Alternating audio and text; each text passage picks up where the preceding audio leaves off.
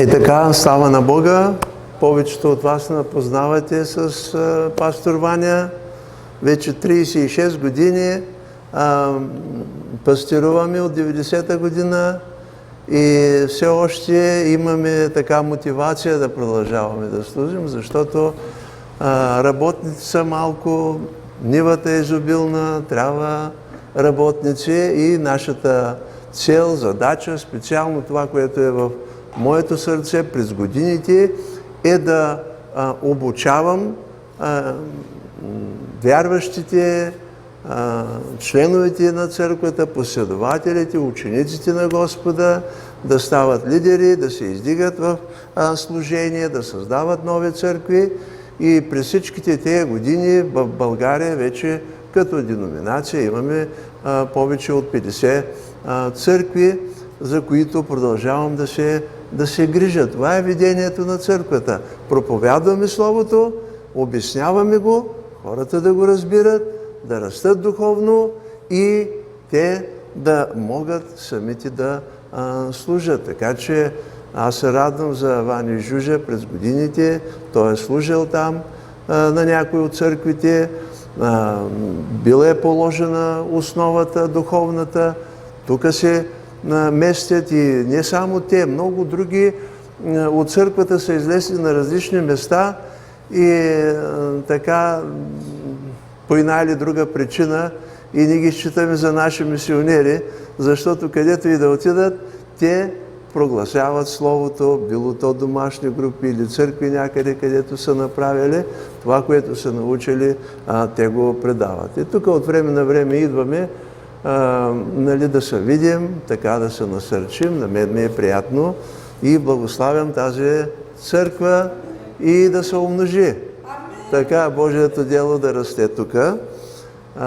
Ще се опитам да бъда кратък в тази проповед и да бъде нещо разбираемо, достъпно за всеки един от вас. Аз знам, че ви очаквате пастор Митко да говори за последните времена, за бъдещи събития. Книгата Откровение, някои от вас я имат, се е чели, която е издадена от мен. Господ ми е вложил в сърцето и съм много добър в тая сфера и мога да ви говоря много за тези последни времена, за напред, това, което има да се случи. Но искам тази вечер да говоря за нещо практично, което касае нашето ежедневие. Днес как аз стоя с Господа. И защото в разговора с много някои християни не са убедени в своето спасение. И когато ги попиташ, нали ти спасен ли си, ако дойде Господ, готов ли си да бъдеш при Него, те казват, не знам, Господ знае. Нали, и аз не мога да се ориентирам дали съм напълно готов и как да знам, кой е белега за това, че аз съм в Христос и всеки момент Господ, ако дойде, защото очакваме Неговото пришествие, да дойде, да награбне, да бъдем с Него в небесата, ние трябва да бъдем готови.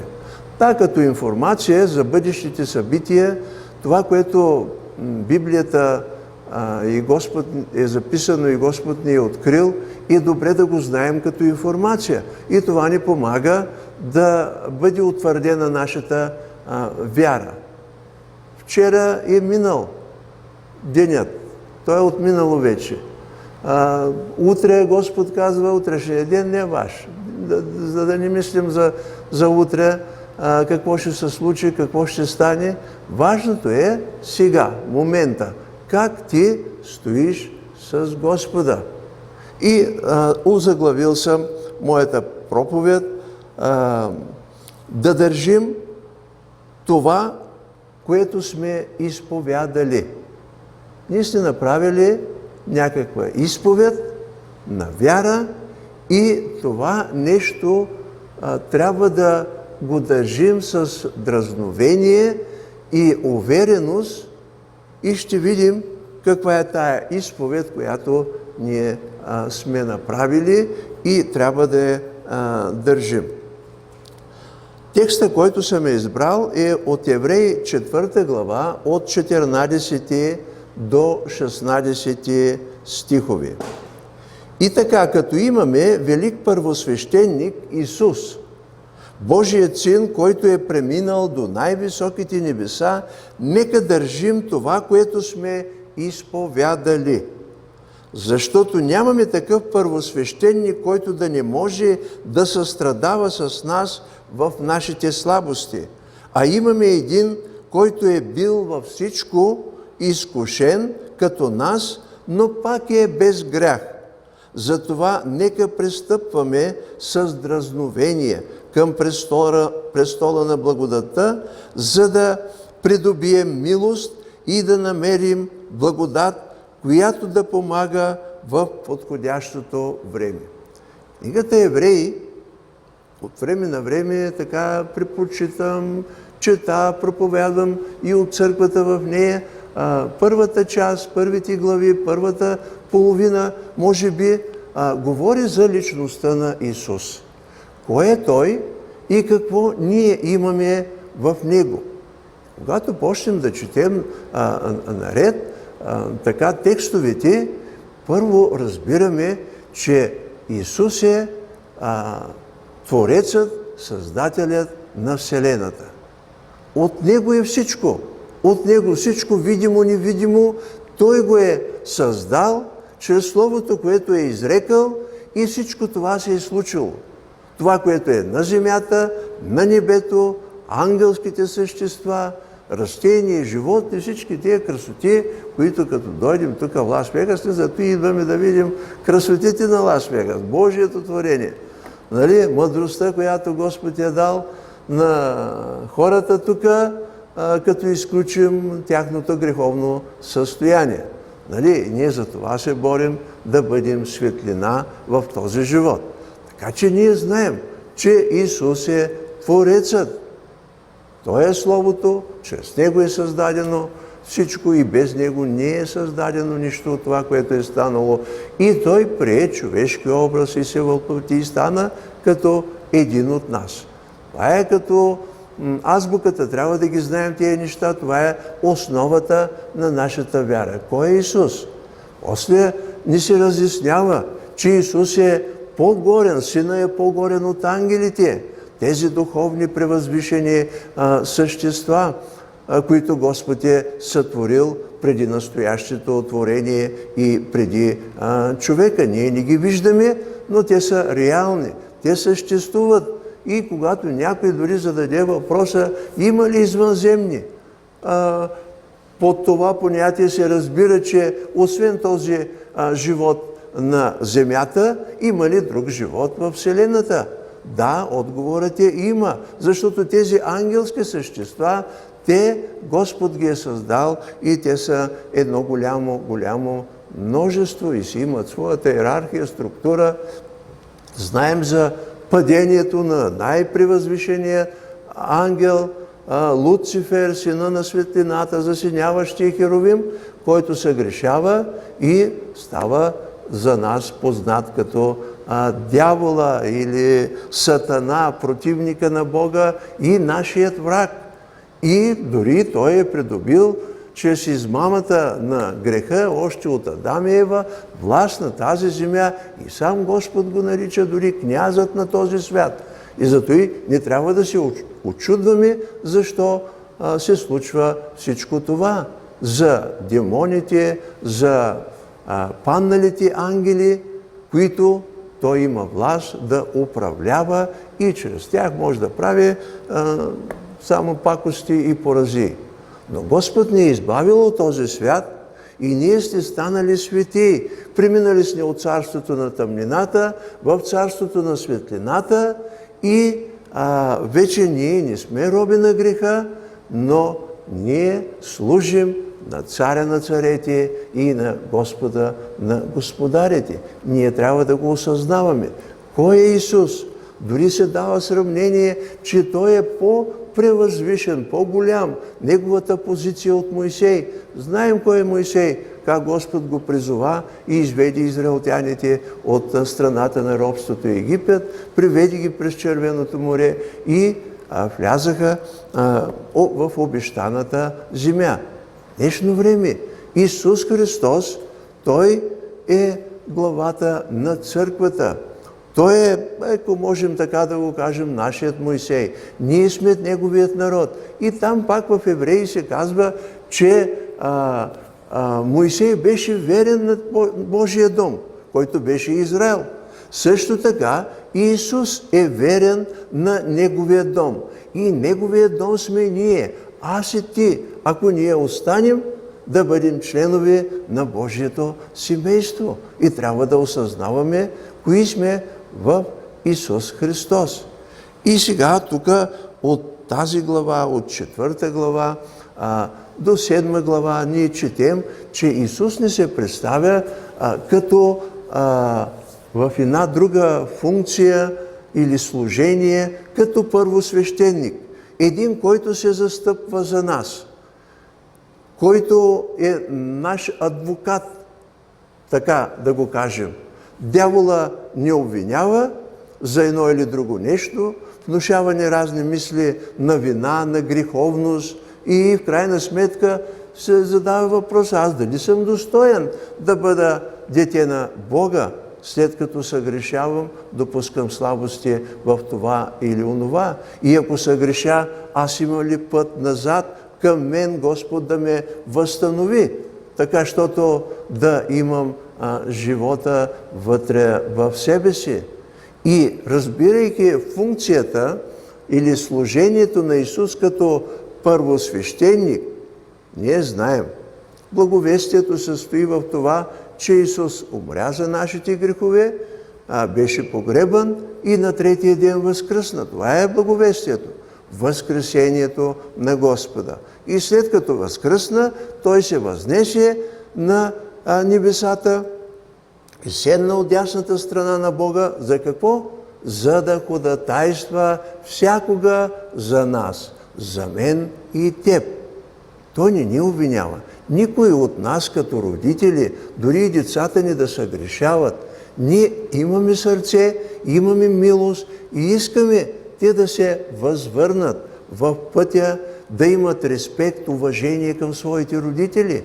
Това се иска от нас, като вярващи, да имаме страх от Господа в този смисъл, да имаме респект, уважение към Него, а не просто да не хаем, да използвам тази дума, да бъдем небрежни и да си живеем живота както на нас не е угодно. Но ние трябва да познаваме какво е Божието сърце и да пазим това, което Господ ни е дал.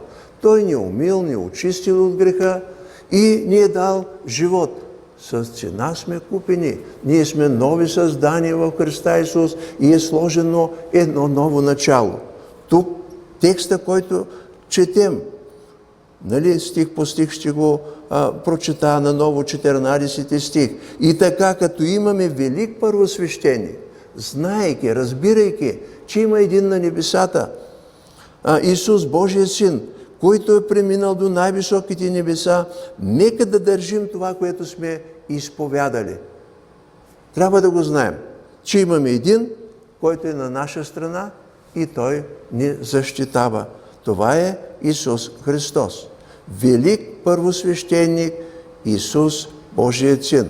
Малко по-нататък може би ще дам разяснение за първосвещеника и неговото служение. Този, който беше на земята като служител сред Божият народ Израел и Исус по-настоящем. И за това, знаейки това, нека държим това, което сме изповядали. Какво изповядваме? Каква е нашата изповед? Евреи 10:23 четем. Нека държим непоколебимо, без съмнение, без колебание. Какво? Надеждата, която изповядваме. Надежда. Ние имаме една надежда, нещо, което предстои да стане. Защото онзи е верен онзи, който е обещал това. Нашата надежда, надеждата е нещо, което е в бъдеще. Предстои. Ти го очакваш. Вярата действа сега, надеждата, любовта действа по всяко време. Надеждата е нещо, към което се стремим. Трябва да знаем кое е това, което се стремим. Нашата единствена цел и задача е ние да устоим в вярата, в спасението, да стоим в Господа, да опазим тази вяра. Защото който устои до край, той ще бъде спасен. Или надеждата за това, че аз и ти сме деца на Бога сега и ще дойде денят на нашата промяна, било то чрез грабване, било то чрез възкресение, ако настъпи нашата физическа смърт, при пришествието на Господа, тези неща ще се изпълнат. Живите вярващи ще бъдат грамнати, това е грамно, ще бъдат променени, ще стане промяната, а тези, които са били умрели физически през всичките тези времена, се казва Божието Слово, че те ще оживеят, ще възкръснат, гробовете ще се отворят и те ще излезат, ще възкръснат. Както Христос възкръсна, то и онези, които вярват в Него, и те ще бъдат променени, ще бъдат възкресени. Това е ключа. И всеки трябва да знае за силата на това. И трябва да се изповядва това, че ако Христос е възкръснал, то и аз ще бъда възкресен. Цяла глава, 1 Коринтияни 15 глава, говори за възкресението. Защото какви ли не учения дойдоха в ранната църква. Да, то възкресението вече е станало. Щом като Христос е възкръснал, то тогава повече няма да има друго възкресение. Други казват, да, но Христос е възкръснал, но за нас не е ясно дали ще бъдем възкресени. Или пък няма да има възкресение. Но понеже Христос беше човек и като такъв представител на човешката раса, дава се обяснение, че ако Христос е възкръснал, то и тогава неговите последователи и те ще възкръснат. Защото ако Христос не е възкръснал, напразна е нашата вяра, напразна е нашата проповед. Какво ни ползва нас, че ходя на църква, че чета Библията, че се стремя да живее по неговият път? Като гледам хората в света, много често християните виждат, че те живеят много по-щастливо. Ако няма възкресение на мъртвите, ако няма вечен живот, и аз се боря за това. За това се борим. Това е нашата надежда. Да участваме във възкресението на мъртвите. Дори Откровение 20 глава го определя. Блажени свят, който участва в първото възкресение. За такива няма да има втора смърт. Това е една друга тема. Няма време за сега да говорим за това. Но за това се борим. За това е нашата надежда. Трябва да сме убедени в нашето спасение. И то е много просто. Дали съм спасен или не съм спасен. Отговорът е този. Ако си казал да на Исус и си го приел сърцето си за свой Господ и Спасител, ти си новороден, ти си ново създание, ти си нов човек, ти си принадлежиш на Господа. Това е, ти си в Него. Ако някой е в Христос, той е вече нов човек. И ключът е в това, да стоим в Христос, да стоим в вярата, да внимаваме на нашите действия, това, което вършим. Но този живот е така, че сте заобиколени с много неща и често пъти се подхлъзва един християнин, греши и дявола точно там му напомня. Да, видя ли, колко си праведен, ама не. Нали, Господ не те обича, няма да те приеме, защото ти съгрешаваш. Да, но не си спомняме, че имаме един ходатай на небето и той се застъпва. Ние имаме един Святи Дух, който Христос ни изпрати, утешителят, който ни насърчава. И той каза, по-добре е за вас аз да отида на небето, защото ако не отида, няма кой да ви изпрати утешителят, Святия Дух, който е също като мен и той ще ви води, ще ви утешава и ще ви напомня всичко онова, което аз съм ви говорил. Имаме, може и да не го виждаме физически, както Исус беше, но ние знаем, ние го усещаме и че в много ситуации, неща, които ни се случват в живота, ние знаем, че Господ ни е помогнал. Това е благодарение на Него. Било то изцеление, било то и ако щете най-елементарните неща, работа да се намерите, да имате, да си изкарвате прехраната и младежта е в учението и така нататък. Господ ни помага. Ако ти си верен, Господ е верен. Също няма да ни изостави. Той е много повече милостив и жалостив, но ние, хората, сме коравосърдечни. Ние много пъти аз съм се чутил как Господ натърпи толкова лоши дори християни и ние други са клеветим, се обиждаме, чудо. Пък какво да говорим за света как е? Не трябва да бъде така. Ние трябва да се обичаме и да се насърчаваме към любов и добри дела. Това е християнството. Да се стремим в единство. Така че това е надеждата, да държим непоколебимо надеждата, която изповядваме. Господ е верен. Дори Той казва, че майка може да забрави детето си, но аз вас никога няма да ви забравя. Аз съм се ви изписал на дланите на ръцете си. Нека да не забравяме това. Бог не ни обвинява. Бог не е такъв, често го сравняваме проповедниците с някой строг полицай, и тук между вас има полицай, между другото, нали, и дебне някой да сбърка, да сгреши и хоп, да го хване и да го накаже. Не, Господ не ни дебне така да не съгрешава, да не осъжда, но дявола го прави. Това е неговата работа. Затова, но ние трябва да знаем. Дори и да съм сбъркал, праведният 7 пъти да пада, пак ще стане и трябва да си прощаваме. 70 пъти по 7 да съгреши някой и ние други да се прощаваме и да се приемаме. Ако Господ ни прощава, защо и ние да не се прощаваме? Но ние се закоравяваме. Аз съм правия, той е грешният, той сбърка, така че не мога да му простя. Това е вреда на теб. Когато не прощаваш на някой, ти тровиш твоя организъм, вътрешната духовна същност, така че не е в твоя полза всичко това. Стих 15. Защото нямаме такъв първосвещеник, който да не може да състрадава с нас в нашите слабости. А имаме един, който е бил във всичко изкушен като нас, но пак е без грях. Значи Исус познава нашето естество. Когато беше в тяло, в плът, той беше 100% човек. И е бил във всичко изкушаван. Във всичко. И пак без грях.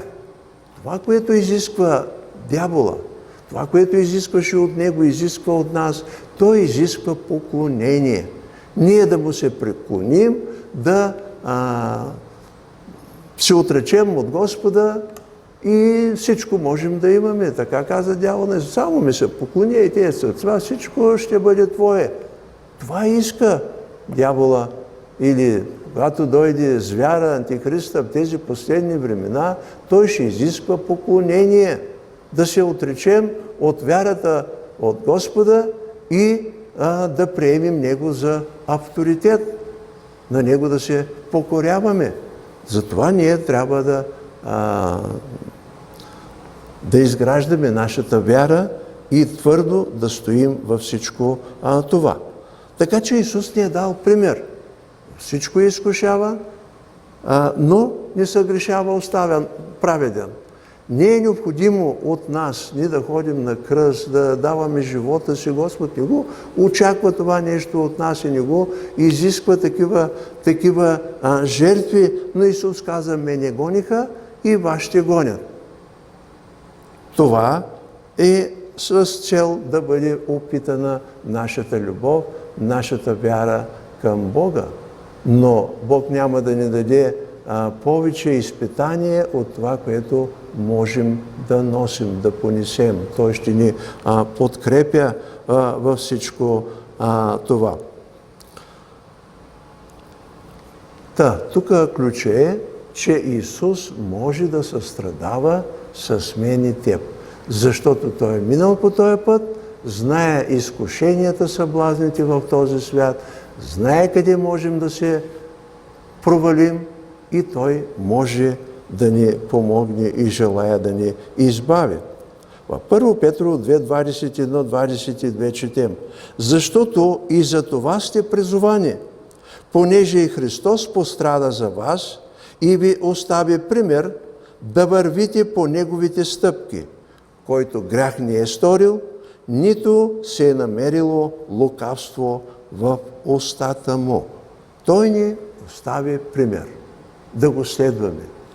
И много е просто. Ние можем да четем Новия Завет, Евангелията, да видим постъпките, живота на Исус, думите, които Той е изрекал. Дори има някои преводи, дето думите на Исуса са с червено отделени. Само тях да четем, ние ще бъдем подготвени за вечността. Защото Святия Дух, ролята му е да ни припомня какво Исус е говорил. Думите, те са важните, те са ключовите. И 2 Коринтияни 5:21 също е важно да го знаем. Който за нас, Бог, Отец, направи за нас грешен онзи, Исус Христос, който не знаеше грях, за да станем ние чрез Него праведни пред Бога. Тоест, грехът веднъж завинаги е прикован на кръста. И Той е оправдал всички човеци. Ти, когато кажеш някой, аз съм спасен. От какво си спасен? Спасен си от наказанието на греха. Защото някой друг пое това наказание и това е Господ Исус Христос. Той е заличил всичките неминали грехове. Тук, особено в Америка, пък и в България, навсякъде, вече всеки тегли кредити, много пари, банките дължат и цял живот почти стават роби на банката. Колко би бил човек щастлив, ако една банка взеля кредит с милиони и банката му каже: всичко ти се прощава, няма да ми връщаш нищо. Нали, давам един пример така. Но никоя банка няма да го направи нищо. Разликата, докато Христос, Той ни опрости всичко това, което му дължим. Всичко. И аз съм му длъжник. Какво иска? Една благодарност към Него, осъзнаване и аз да му служа, да бъда дете на Него и да върша онова, което е правилното да живеем. В началото на тази 4 глава малко ходя така насам, натам се отклонявам, но се говори за Божията почивка.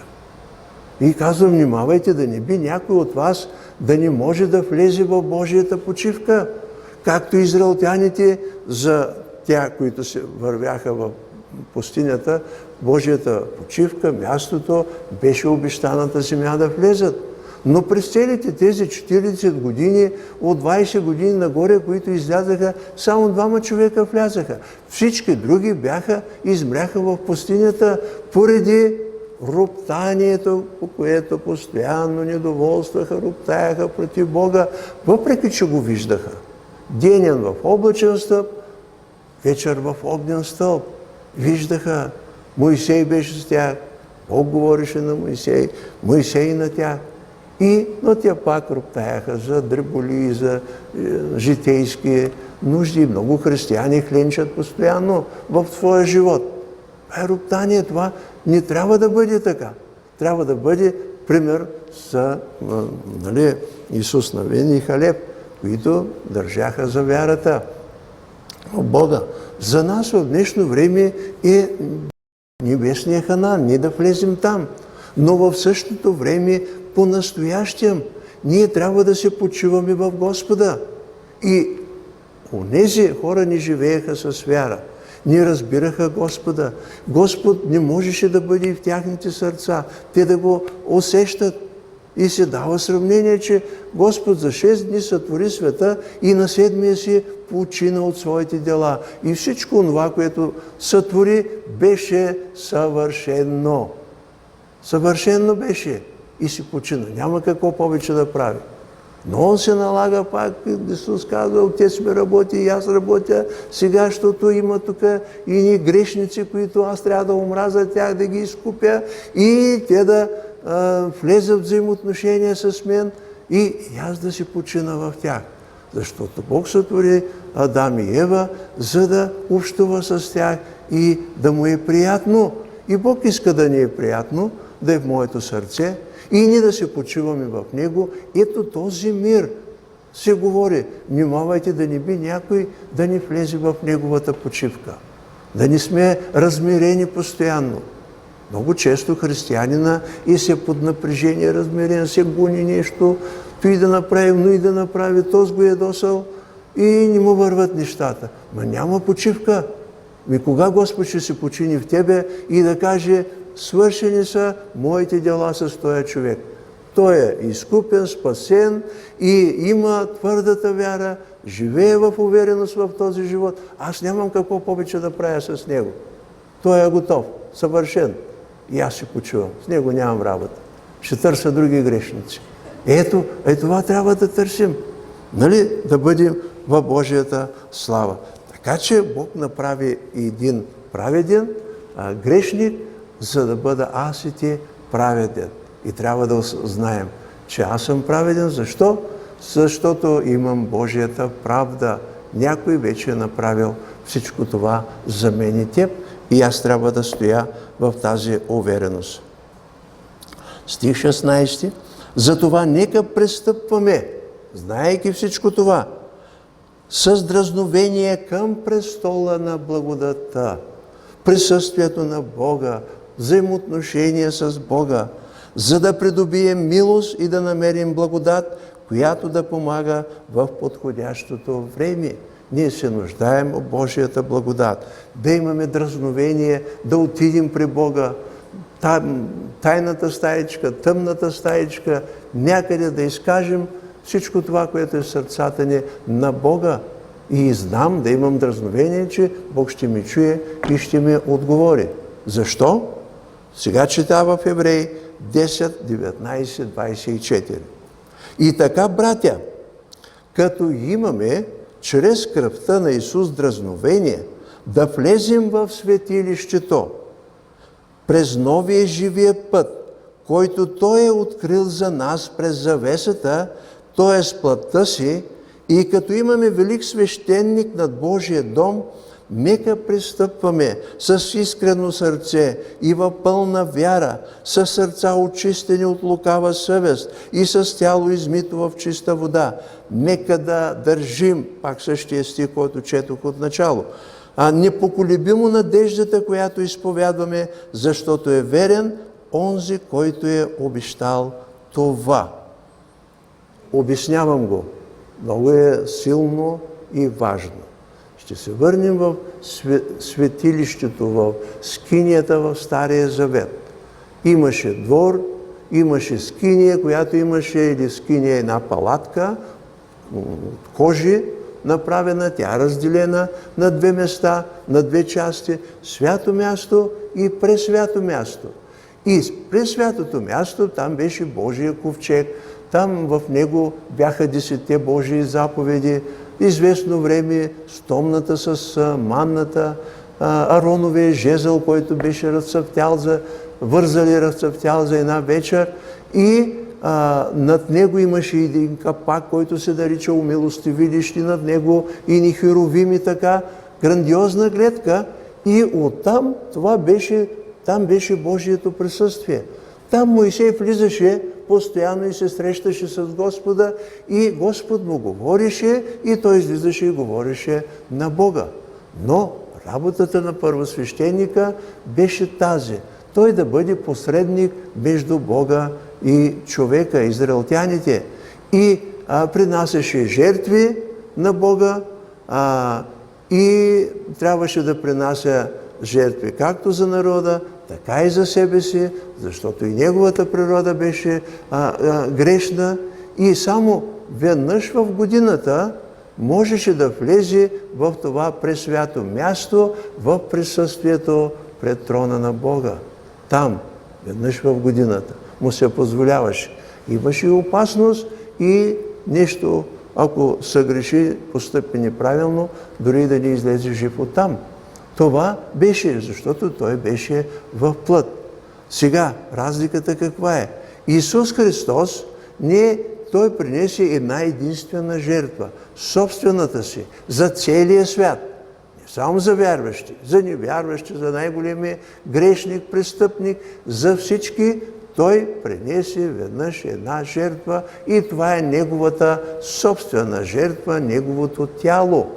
И чрез неговата кръв той влиза в светилището, в пресвятото място, където е трона на Бога, в третото небе. И там стои от дясната страна, вече като първосвещеник. Но сега, какъв е смисъла за нас? За нас, докато израелтяните нямаха достъп пряко до Бога и трябваше чрез някой друг или първосвещеник, или свещениците да се опрощават тяхните грехове, то ние в днешно време имаме пряк достъп в пресвятото място, в светилището на Бога. Защо? Защото тази завеса при смъртта на Господа, когато Той издъхна, се каза свърши се и завесата на храма се раздра на две. Отвори се святото място и през святото място те се съединиха в едно. И тук в този текст ни се казва, че това е неговата плът. Завесата е неговата плът, през която ние минаваме. Така че той ни даде достъп, да не ви звучи много философски така, но това е обяснението на всичко това. Трябва да бъде разбрано, че чрез Христос аз имам пряк достъп до присъствието на Бога, да бъда в Неговото присъствие. Това е много. Аз не се нуждая от някой посредник, от който и да е. Човек, учител, дори и хората в църквата ги учат, не трябва да бъдат зависими от мене.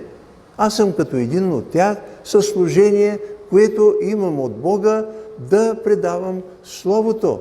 Но всеки един трябва да си има взаимоотношение с Господа и да се научи така, да търси. Но днес много хора следват разни всякакви пророци, учители, лечители, защото имат някакви специални дарби.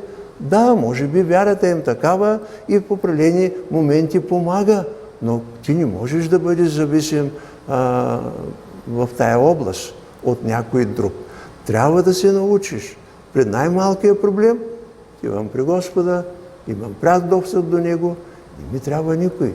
Дори аз без да ги зная тези неща в началото, когато за първи път чух за Господа и си каза, има ли Бог, няма ли, лежа се там в стаичката като студент, една квартира имах приземен етаж и самичайки се размишлявам там, какво са ми казали за вярата в църквата, че аз съм грешник, трябва да се покая. Какъв грешник, какво съм направил? Нали, не мога сега да се проумея, човек ли съм убил, какво съм направил? И викам, не знам сега, има ли Бог, няма ли? Докато не взех решение, викам, какво ми пречи да се помоля? Тъй както се лежа, тъмно, какво ми пречи да се помоля? Представям се, че има Бог. И когато реках това, вече взеха да ми излизат в ума грешните неща, които съм вършил. И казвам, Господи Исусе, прости ми този грях, този грях, този грях. И стана нещо много различно. Сякаш някакви камъни излязаха от мене, тежест, товари, се освободи. Станах в едно леко, безтегловно, изпълнен с любов. Имах чувството, че ще литна някъде. И цялата стая се изпълни с Божието присъствие. И от този момент нататък не беше необходимо някой да ми каже има ли Бог, няма ли Бог. И после Библията разбирам, че е Слово от Бога. Имам си Библията чета, имам си Господ, имам взаимоотношения с Него. Какво ми трябва? Не ми трябва нищо друго. И се завърших, и се работех, и кръщение Господ, потапене наново, с говорене на езици. Така че тези опитности на мен са ми помагали да бъда твърд в вярата и в това служение, което Господ ми е призовал от ветеринарен лекар да оставя едни животни, ни овце да работя с други овце. Нали, е огромна разликата между едните и другите. Някой път се шегувам, тогава някой се разболяло, куцо, заколиш го, издеш го, но в църквата не е тъй. В църквата е съвсем различно. Нали, Словото нарича, че сме овце на Господа, ама не става. Трябва много търпение, много любов, много прошка и така. Да се даде възможност за възстановяване. Този текст говори това, че Господ е направил, разделили тези две отделения. Няма преграда, свободен достъп имаме. Всеки един може да стигне до присъствието и връзката с Господа и да се изкаже онова, което е в сърцето му. Така че нека да държим тази надежда твърдо, уверено, че аз съм с Господа сега и макар и някой път живота дявола да ме измаме, да ме излъжи, аз пак ще се възстановя, ще се върна, защото Святия Дух е с мен. Имам един ходатай, който се застъпва с мен. Господ ме обича, не ме отхвърли и никога няма да ме отхвърли. И ако идват някакви мисли за такова отхвърляне, това са мисли от страна на дявола. И този текст завършва така, чета 23 стих, с което ще завърша и 4. Нека да държим непоколебимо надеждата, която е изповядане, защото е верен онзи, който е обещал това. И 24 стих. Нека се грижим един за друг, така че да се поощряваме към любов и добри дела. Бог да ви благослови.